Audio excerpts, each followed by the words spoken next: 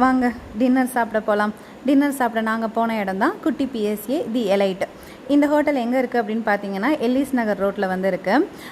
ஹோட்டலை பற்றி சொல்லணும் அப்படின்னா, கல்யாணம் ஆன புதுசில் நிறைய பேருக்கு தெரிஞ்சிருக்கோம்ல, நான் வந்து கடற்கரை பக்கத்தில் வாழ்ந்தவங்க. ஸோ எங்கள் ஊரில் அதிகமாகவே வந்து மீன் தான் சாப்பாடு. ஸோ இங்கே மதுரைக்கு வந்தக்கப்புறமா எனக்கும் மீனுக்கும் பார்த்தீங்கன்னா பல கிலோமீட்டர் தூரம் இருந்துச்சு.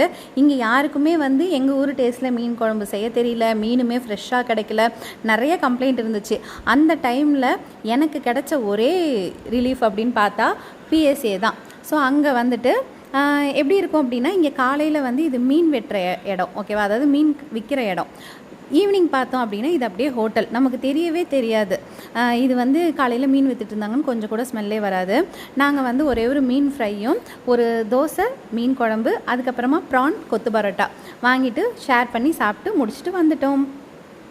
வாங்க டின்னர் சாப்பிட போகலாம். டின்னர் சாப்பிட நாங்கள் போன இடம் தான் குட்டி பிஎஸ்ஏ தி எலைட்.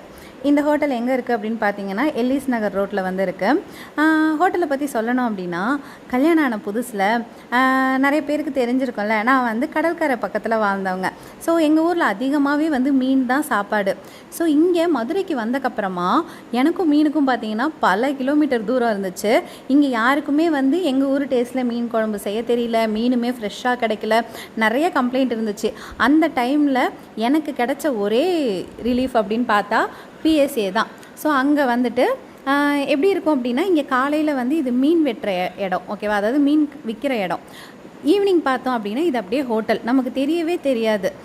இது வந்து காலையில் மீன் விற்றுட்டு இருந்தாங்கன்னு கொஞ்சம் கூட ஸ்மெல்லே வராது. நாங்கள் வந்து ஒரே ஒரு மீன் ஃப்ரையும் ஒரு தோசை மீன் குழம்பு அதுக்கப்புறமா ப்ரான் கொத்து பரோட்டா வாங்கிட்டு ஷேர் பண்ணி சாப்பிட்டு முடிச்சுட்டு வந்துட்டோம்.